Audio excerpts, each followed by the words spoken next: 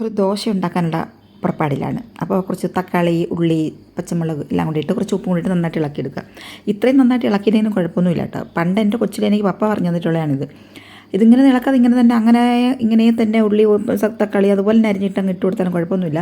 അപ്പോൾ ദോശയ്ക്ക് ദോശമാവ് എടുക്കുക, ചട്ടിയിലോ ചട്ടി ചൂടായതിനു ശേഷം അങ്ങോട്ട് പരത്തി ഇത് ഓരോന്നും അങ്ങോട്ട് നിരത്തിയിട്ടോ. ഇതെല്ലാം കൂടി ഇളക്കി അങ്ങനെ ഇടാം, അല്ലാതെ ഓരോന്നോരോന്നായിട്ട് ഇടാം.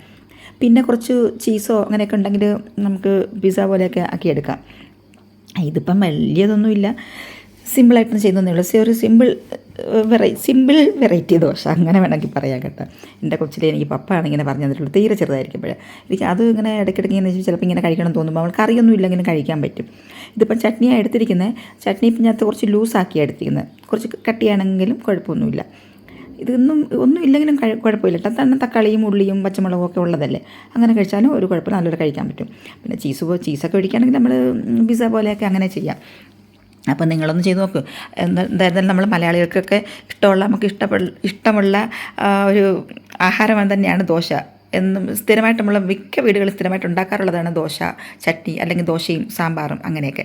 ഞങ്ങളെ വീട്ടിൽ സ്ഥിരം ദോശയാണ്, മിക്ക ദിവസങ്ങളും ദോശയായിരിക്കും.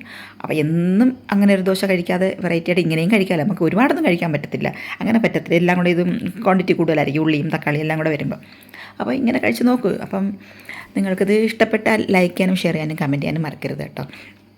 പിന്നെ ആദ്യമായിട്ട് കാണുന്നവരാരെങ്കിലും ഇതുവഴി വരുന്നുണ്ടോ ഉണ്ടെങ്കിൽ സബ്സ്ക്രൈബും കൂടെ ചെയ്തേക്ക് കേട്ടോ. അപ്പോൾ ഇത്രയേ ഉള്ളൂ. ഇന്ന് ഞാൻ ലിപ്സ്റ്റിക്ക് ഇട്ടിട്ടുണ്ട് കേട്ടോ. ലിപ്സ്റ്റിക്ക് കുറച്ചേ ഉള്ളൂ ഇട്ടിട്ടുണ്ട്. ആൾക്കാർ പറയുന്നവരെ കിടന്ന് പറഞ്ഞോട്ടേ ഞാൻ വയ്ക്കുകയാണ്. ഇനി അങ്ങനെ തന്നെ ചെയ്യും ഓരോ വീഡിയോയ്ക്കും. ആരെന്ത് പറഞ്ഞാലെന്ത് പറഞ്ഞില്ലെങ്കിലെന്ത്. അപ്പോൾ ഓക്കെ, ബൈ. ഇത്രയേ ഉള്ളൂ. വീണ്ടും കാണാം.